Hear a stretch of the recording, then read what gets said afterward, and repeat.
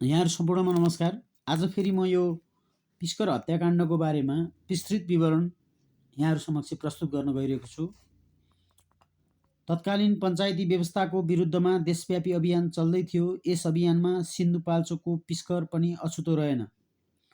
हरेक वर्ष चाहिँ विक्रम सम्वत 2040 माघ 1 गते अर्थात् माघे सङ्क्रान्तिको दिन पिस्करको मानेडाँडामा महादेव स्थानमा मेलाको तयारी भइरहेको थियो। उक्त मेलाको अवसर पारेर विक्रम सम्वत 2040 पुस 30 गते एक सांस्कृतिक कार्यक्रमको आयोजना गरिएको थियो। थामी समुदायको वर्चस्व रहेको यस क्षेत्रमा थामी समुदायको सांस्कृतिक पक्ष झल्कने कार्यक्रम पनि रहेको अनुमान गर्न सकिन्छ।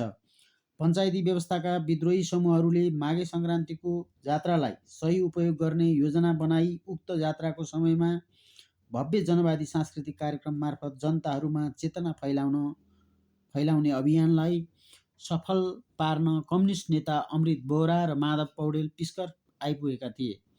सो अवसरमा कार्यकर्ताहरूबीच व्यापक छलफल गरी कार्यक्रमको अन्तिम टुङ्गो लागेपछि उनीहरू काठमाडौँ फर्किए। सांस्कृतिक कार्यक्रमको आयोजना भूमिगत राजनीतिक कार्यकर्ताहरूले गरेका थिए। उक्त कार्यक्रमको सुइँको पञ्चायती प्रशासकहरूले पाइसकेका थिए। कार्यक्रम र जात्रा आउन जम्मा 4 दिन मात्र बाँकी थियो। सो कार्यक्रमको नेतृत्व सिरेबिरे नामले चिनिएका युवाको नेतृत्वमा हुन गइरहेको थियो। उक्त कार्यक्रममा भूमिगत राजनीतिक पार्टीका उच्च तहका नेता पनि सहभागी हुने सूचनाका आधारमा पञ्चायती प्रशासकले माथिल्लो निकायमा समेत जानकारी गराएको। त्यसपछि पञ्चहरूको आपतकालीन बैठक बस्यो। सो बैठकले जनवादी नेता तथा कार्यकर्तालाई ठुलै दमन गर्ने योजना बनायो। यसका लागि करिब 300 प्रहरी सुरक्षाकर्मी परिचालन गर्ने तयारी गरियो।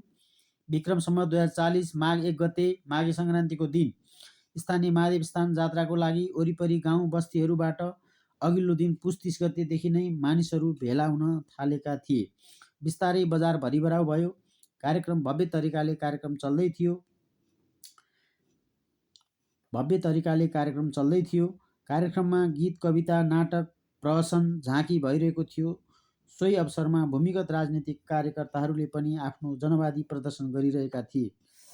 त्यसै बेला काठमाडौँबाट पञ्चायती शासकका प्रहरीहरू करिब 200 जना जति उक्त कार्यक्रमलाई पछ्याउँदै 1 जना प्रहरी उपरीक्षकको नेतृत्वमा 4 जना प्रहरी निरीक्षक सहित कार्यक्रम स्थलतर्फ प्रस्थान गर्यो।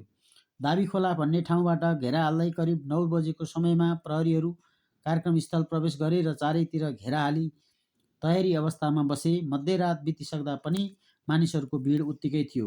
विक्रम सम्वत 2040 माघ 1 गते करिब 3 बजेको समयमा कसैले बलिरहेको मैनटोलमा ढुङ्गा हान्यो र जात्रामा भागदौड मचियो।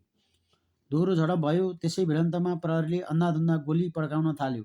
भागदौड झन मचियो। जात्रास्थल रणमैदानमा परिणत भयो। धेरै मानिसहरू प्रहरीको गोली लागि घाइते तथा हताहत भए। प्रहरीले चलाएको एउटा गोली सिधै वीरबहादुरको कञ्चटमा लाग्यो। उनको टाउको छेदविच्छेद भयो र घटनास्थलमै उनको मृत्यु भयो। गोली लागेका जगतबहादुर बोहरा, सोनम लामा र पल्कमाया थामीको हात र पाखुरामा लाग्यो। घाइतेहरूलाई प्रहरीले पक्राउ गर्यो। प्रहरीको अर्को गोली इले थामीको पेटमा लाग्यो। उनलाई प्रहरीले घिसार्दै केही तल खोल्सामा लगेर हत्या गर्यो र सेउलाले छोपेर भाग्यो। पिस्कर सुनसान भयो। पिस्करमा प्रहरीले आतंक मचायो। धेरै मानिस खाना र चिसोले कठाङ्ग्रिएर मरे। धेरैलाई गिरफ्तार गर्यो। सरेश नेपाल लगायत। यसरी उक्त कार्यक्रममा विक्रम सम्वत 2040 माघ 1 गते गरेको हत्याकाण्डलाई पिस्कर हत्याकाण्ड भनिन्छ। उक्त घटना तत्कालीन प्रधानपञ्च बोलबहादुरले गराएको आशंका गरिएको छ।